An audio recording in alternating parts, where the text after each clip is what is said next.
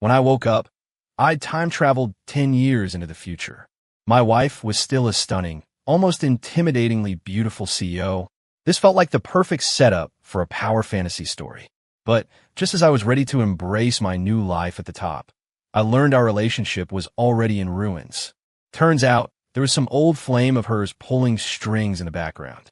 My power fantasy had turned into a cheap, misery porn drama, and I was pissed. Then again, I remembered that in these kinds of stories, the CEO wife always gives you a massive settlement in the divorce. Suddenly, I was okay with it all. The guy who was in love with her was 28-year-old Noah. What did that have to do with 18-year-old me?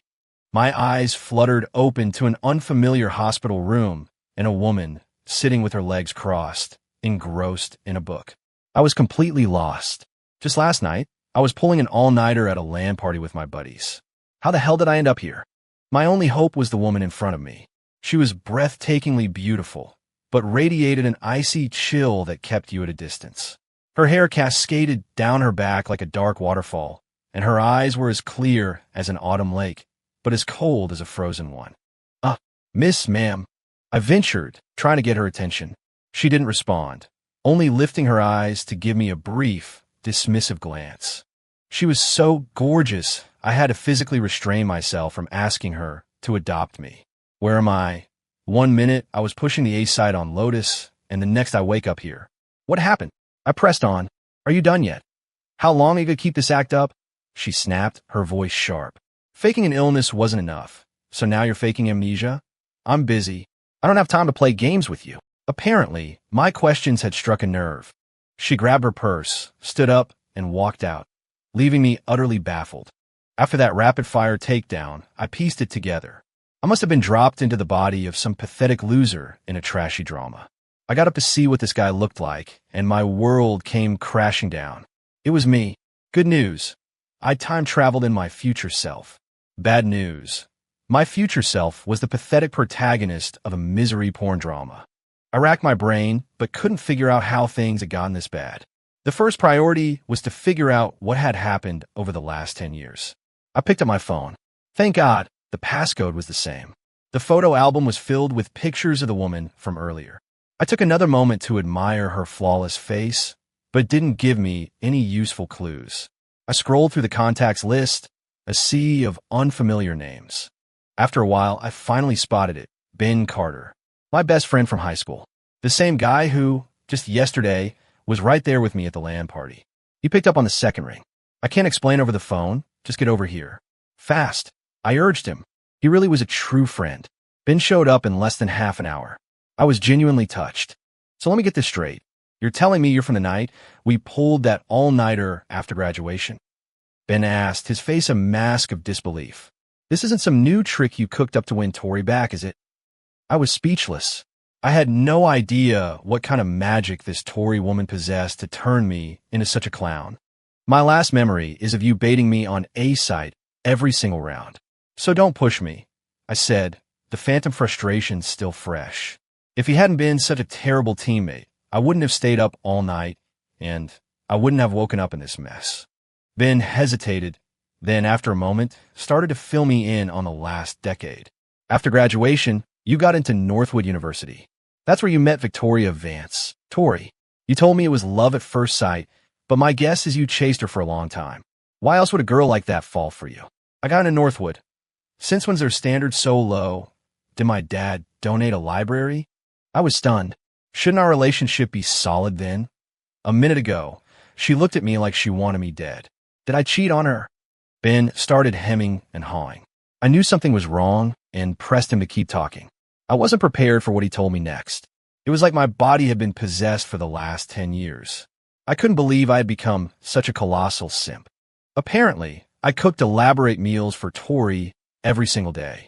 If she so much as hinted at needing something, I would drop everything at work to run her side. And if that wasn't bad enough, the moment her old flame came back to town, she made the guy vice president of her company. They were seen everywhere together, completely ignoring me. Hearing this made my blood boil. In high school, I was popular. I had my fair share of girls interested in me. How could I have devolved into this pathetic, cheated-on husband? Son of a bitch, I'm done with her. The fact that Ben thought I was trying to win her back made it even worse. She treats me like that, and I'm supposed to want her back? I'm Noah Miller. I was a legend in my own time. Handsome, charming, from a good family. How could I become a doormat? Well, you faked being sick just to get her to visit, and you caused a huge scene at her company, Ben said with a shrug. I honestly thought this amnesia thing was just your latest stunt. The more I thought about how pathetic my life had become, the angrier I got. You got a smoke? I need one. Ben handed one over. I lit it, but the moment the smoke hit my lungs, I erupted into a violent coughing fit. What the hell? How long has it been since this body had a cigarette? I'm coughing from a light. You quit, Ben said. You told me Tori couldn't stand the smell of smoke. That just made me even angrier. I grabbed my jacket and, using the address Ben gave me, stormed over to Tori's office building. I tried to march straight into the lobby, but a security guard stopped me. Mr. Miller, please, he said, his eyes pleading. After the last time you caused a scene, Miss, Vance docked our pay for a month. We really can't let you in. Don't make this hard on us. Looking at his desperate expression, I couldn't bring myself to push past him. I pulled out my phone and called Tori. Unsurprisingly, it went straight to voicemail. As I was about to dial again, I heard the guards behind me suddenly straighten up and say in unison, "Good morning, Mr. Croft." I turned around to see a man in a sharp, well-tailored suit. He was handsome, but not as handsome as me. Looking for Tori, he asked, his eyes unreadable but with a hint of contempt. Come with me, but you have to promise not to pull a stunt like last time. Don't worry, I said, my voice dripping with sarcasm. I'm just here to give you my blessing. How ironic. I had to get permission from my wife's old flame just to see her. You should watch your mouth, Miller. Julian Croft snapped, his brow furrowing. If I hadn't gone abroad back then, the title of Tori's husband would have never been yours. Then why did you go abroad? Running away from something. I shot back. I'm not like you. When I love someone, I don't just run away. Thank God I had grilled Ben about this Julian guy before I came. Otherwise, I'd be losing ground to the other man, and I couldn't let that happen. According to Ben, Julian and Tori grew up together. Classic childhood sweethearts. They were supposed to go to Northwood together, but he bailed and went overseas instead. The tension was thick as we rode the elevator up to Tori's office. I didn't wait for an invitation. I just pushed the door open and walked in. How many times do I have to tell you to knock before? Tori started, her voice laced with anger. She looked up, saw it was me, and her expression softened for a fraction of a second before her frown returned. Didn't I tell you not to bother me during work hours? I took a deep breath, trying to steady my nerves. Tori, I've thought it over. Let's stop torturing each other. Let's get a divorce. So you're not faking amnesia anymore. Weren't you just claiming you didn't know me? And for the record, you're the one who's been torturing me. Then it hit her. Divorce. Noah, you want to divorce me? The slight smirk that had been playing on Tori's lips froze. Her beautiful eyes widened and stared at me. Believe it or not, I really did lose my memory. But don't worry, I won't bother you anymore. I sighed. My past self had been so pathetic that I had to be this meek now. But I was confused. I was the one asking for a divorce, so why didn't she look happy about it? It was like my words had flipped a switch. She dismissed Julian, who was shamelessly eavesdropping at the door, and stormed toward me. The sheer force of her presence made me feel a little weak. At the end of the day, I was still just a kid who'd barely graduated high school. Facing off against a corporate powerhouse like Tori Vance was intimidating. You want a divorce? Fine. You leave with nothing, she said, her eyes filled with a threat that made me feel like she could have me disappeared.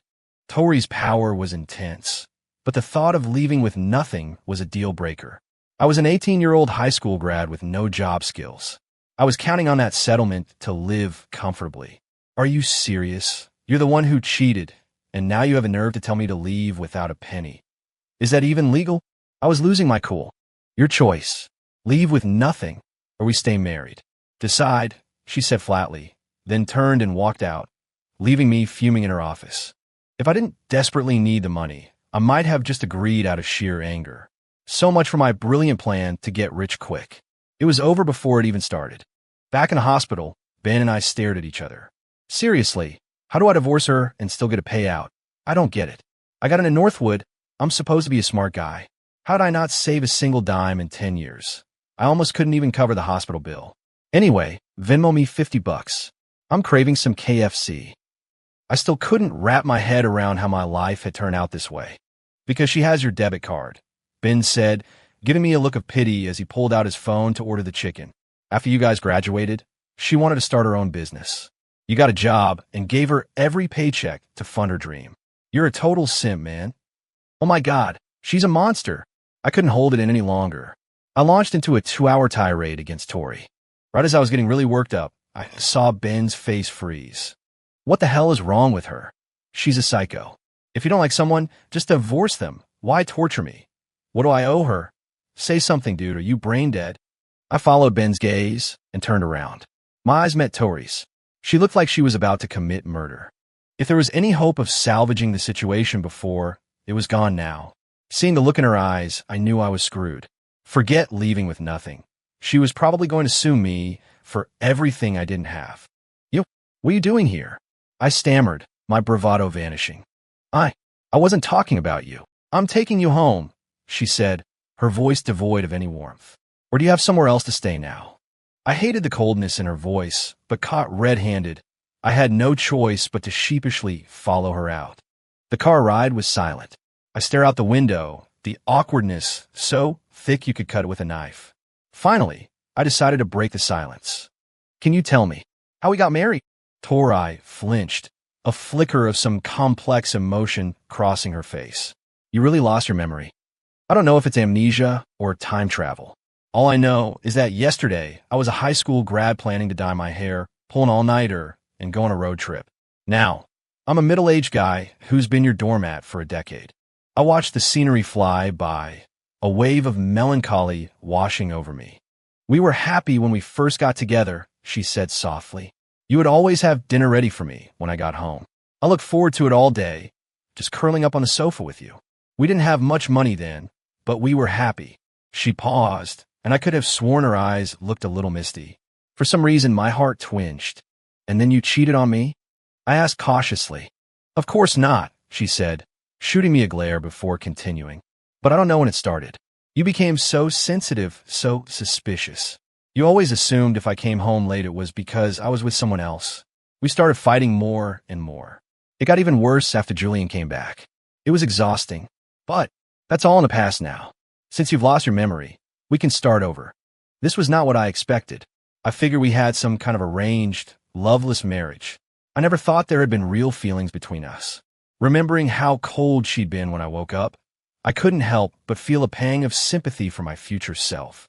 Her story was completely different from what Ben had told me. I didn't know who to believe. But when Tori said we could start over, a part of me was actually tempted. Still, I couldn't understand why I would have become so insecure and paranoid. I was never like that at 18. I was more curious than ever about what had really happened in those 10 years. By the time I was lost in thought, we had arrived at our home. It was huge, bigger than my 18-year-old mind could have ever imagined. The decor was minimalist, but artistic, which, I had to admit, was my style. Nice taste. I silently congratulated myself. I sat down on a sofa that looked incredibly expensive, and a wave of surrealism washed over me. The keypad code for the door is 0309, she said. If you've forgotten anything else, just ask me now. What's the date for? I searched my memory, but came up blank. It must have been something that happened after we met. Our wedding anniversary, she said. It's late. You should get some rest. She clearly didn't want to talk about it, so I didn't press. Later that night, I was about to find a guest room to sleep in when Tori pulled me into the master bedroom. If we're starting over, there's no need to sleep in separate rooms. Her tone was brief and absolute, leaving no room for argument. I never said I wanted to start over. I muttered, but my 18-year-old self had zero experience with this kind of situation. I surrendered meekly. The sound of the shower filled the room, the running water echoing the frantic beating of my heart. I couldn't think straight. A few minutes later, a warm body pressed against mine.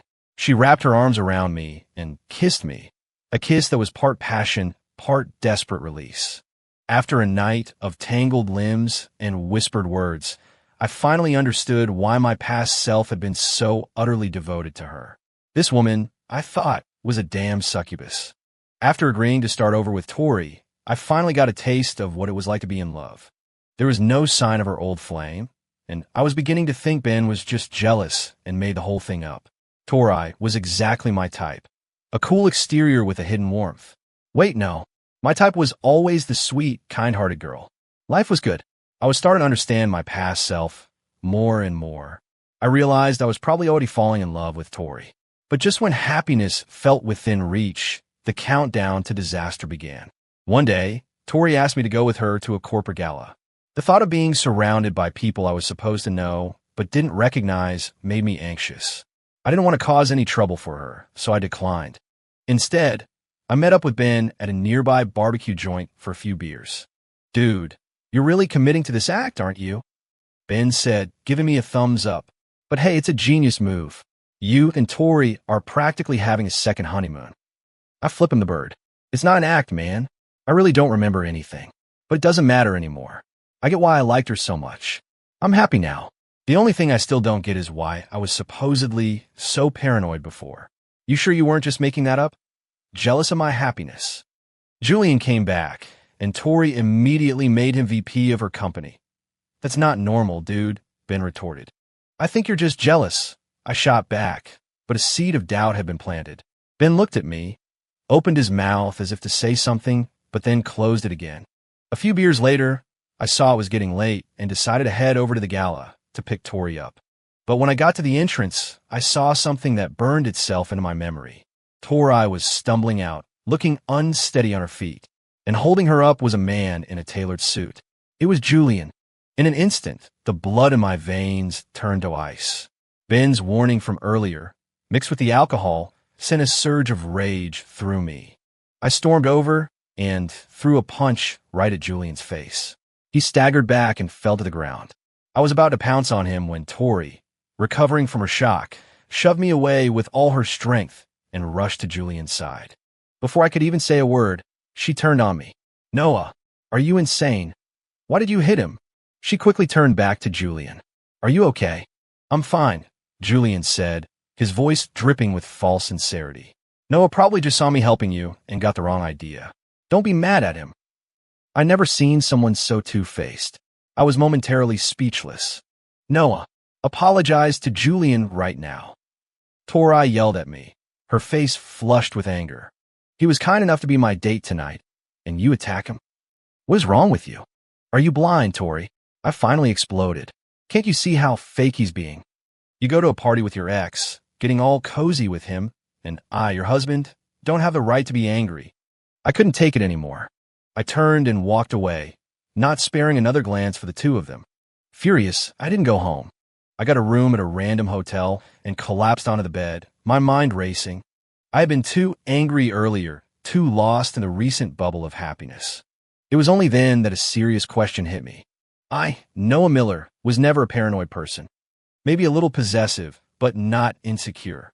How could I have turned into the suspicious, paranoid man Tori described? I decided I would talk to her in the morning and get the full story of what had happened these past 10 years. The alcohol eventually pulled me into a restless sleep. Vague images of Tori flickered through my dreams, her angry words echoing in my ears. I woke up early the next day, showered, and got ready to go home to finally have it out with Tori. But I never could have expected what was waiting for me. As I approached her front door, I saw Julian Croft. He shot me a smirk, then walked past me and let himself into our house, moving with a familiarity that made it seem like he lived there. 04. "Tori, I'm back," Julian called out cheerfully. "I grabbed your files from the office, and I figured you hadn't eaten, so I brought some breakfast. Come on, let's eat." He walked towards Tori, taking her arm as if to lead her to the dining table, completely ignoring my presence. Tori gently pulled her arm away. "How did you get in?" "Oh, I just tried my birthday on a whim," he said with a triumphant smile. "And it worked. You're still so sentimental." His boastful tone hit me like a lightning bolt. She had told me the code was our wedding anniversary. Was she lying to me the whole time because of my amnesia? Was the code actually Julian's birthday? I couldn't understand why Tori would deceive me. Was she really still hung up on this manipulative jerk? I snatched the folder from Julian's hand. Tori's face went pale, and she tried to grab it back, but I was faster. I flipped it open. Divorce papers. Any flicker of hope I had left was instantly extinguished. We had just fought last night. There's no way she could have drawn these up so quickly. They had to have been ready for a long time. It all clicked into place. She had been planning to divorce me all along. My amnesia was just a temporary reprieve. This wasn't a new start for her. It was a stay of execution. A sharp pain shot through my chest. I felt like a complete clown. Fate had given me a second chance, and I just walked right back into the same trap, letting her fool me all over again. I turned to leave, but Tori grabbed my arm. "Don't go." I couldn't hold back my anger any longer. "Don't go," I yelled. "You want me to stay here and watch you two rub my face in it?" My tone must have been harsher than I intended because she flinched and pulled her hand back. I took a deep breath, tried to regain some composure. "Tori, I was willing to start over because I trusted my own judgment, the part of me that fell for you. But what did you do? The passcode to our home is your ex's birthday, and you have the nerve to call me paranoid? Did it ever occur to you that my paranoia comes from the fact that you never once gave me a reason to feel secure? Fine, I'm done. You can have him." "No, it's not what you think. Let me explain." I signed the papers, threw them on the floor, and walked out, ignoring whatever she was trying to say. I thought I heard her yell something, maybe at me, maybe at Julian. It didn't matter anymore. All I wanted was to get as far away from her as I could. I couldn't sleep that night. 28-year-old Noah had already been through this pain, and now my 18-year-old self had to experience it all over again. I must have really owed her in a past life. I opened my phone and saw a new post on Julian's Instagram feed. A picture of 2 plane tickets. The caption read, "Just the 2 of us." I was so furious, I immediately blocked them both. I crashed to Ben's place. "Whoa, what happened?" Ben asked, glancing away from the TV. "Yesterday, you were all about making it work with her, and today you're divorced. If you don't have anything nice to say, I can help you shut your mouth," I grumbled. How was I supposed to know she was playing me the whole time? "I told you, man," he said, shaking his head. "But you never listen. 18 or 28, you're still a simp when it comes to her. This guy was definitely going to die alone." Luckily, my 18-year-old self had some fight in him. With my degree from Northwood, I managed to land a decent job. Ben and I fell into a routine. Work during the day, play Valhalla Ops at night, and stay up until 3 a.m. flaming strangers on Discord. This was the life I had always dreamed of. I was free from the chains of the past decade, living for the now and the future. I thought this peaceful existence would last. But less than a month later, my past came knocking. I opened my front door to find Tori standing there. She looked pale. Her eyes were red-rimmed, as if she hadn't slept in days. "What do you want?" "The divorce waiting period isn't even over," I said coldly. I had been counting. 7 more days. "I never agreed to a divorce," she replied quietly. I let out a bitter laugh. "You didn't agree? Then why did you have the papers drawn up?" "For fun."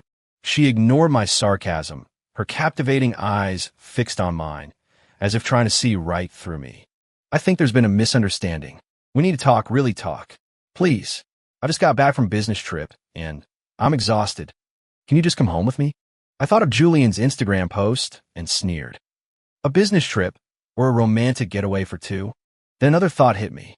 Wait, you didn't sign the papers, did you? Did you let me wait a month for nothing?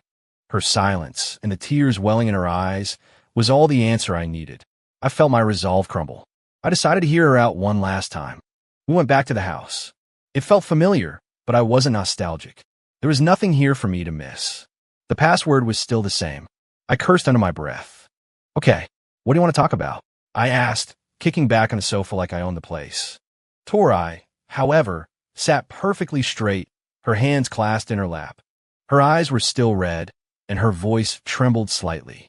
That night, I only asked Julian to the gala because he didn't want to go, and I had a little too much to drink. That's the only reason he was helping me walk. And the door code really is our wedding anniversary. It's just a coincidence that it's also his birthday. I had completely forgotten. He and I grew up together. Our families are close. That's why I made him VP. Can we please not fight over such small things and people who don't matter?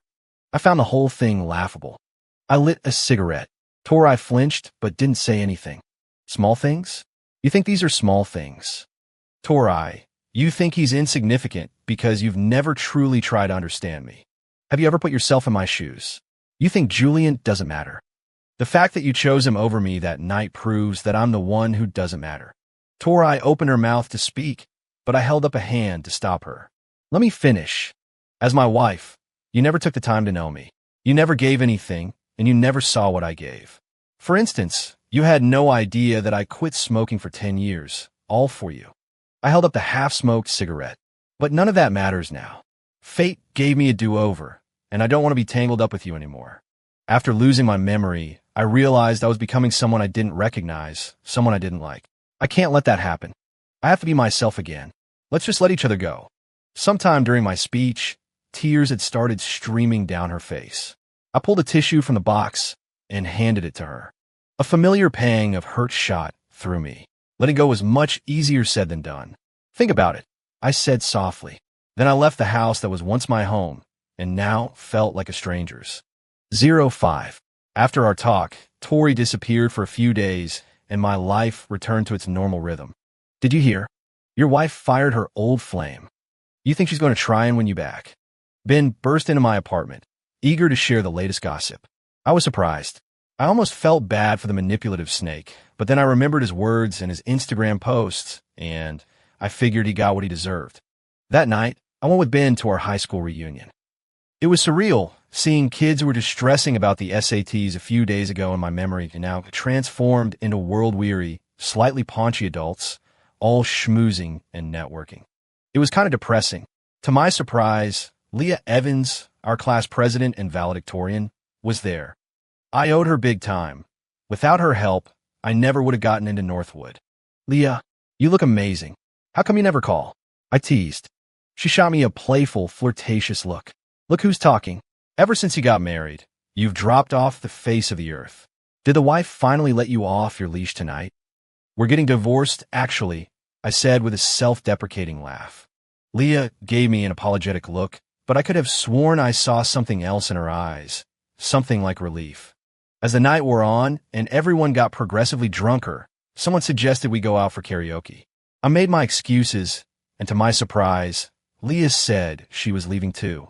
We ended up walking together. Besides Ben, Leah was the only person from my past that I'd reconnected with since the amnesia, so we had a lot to talk about. You always seemed so devoted to your wife. What happened? Did she ask for the divorce? She asked, trying to sound casual, but the way she was nervously fiddling with the hem of her shirt gave her away. Her question annoyed me. Why did everyone assume I was the pathetic one? Couldn't I have been the one to ask for it? I just realized that in trying to make her happy, I completely lost myself. She nodded in agreement. I know what you mean. After you got married, you became so meek. I barely recognized you. But tonight, you seem like the guy I remember from 10 years ago. A little reckless, maybe, but confident and full of life. I'll take that as a compliment, I said with a small smile. When we got to the entrance of my new apartment building, I decided to tell her the truth. Look, the truth is, I have amnesia. My memory stops right after high school graduation. So, seriously, thank you. Without you, I never would have gotten into Northwood. Leah's eyes widened, a flicker of something unreadable in them. So, do you still love Tori? Her question caught me off guard. I wanted to say no, but for some reason, the word got stuck in my throat.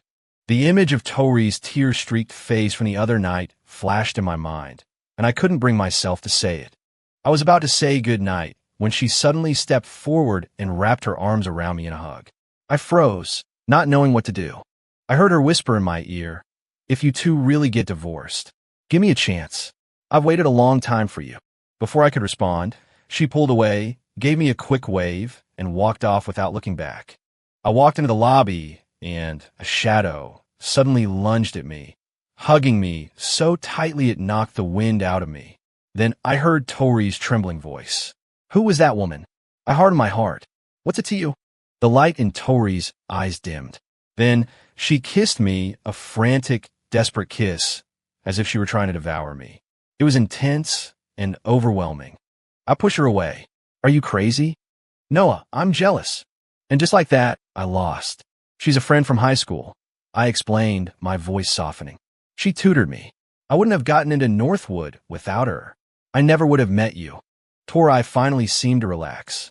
She hugged me again, this time gently, and whispered in my ear, "Husband, I've been thinking a lot these past few days.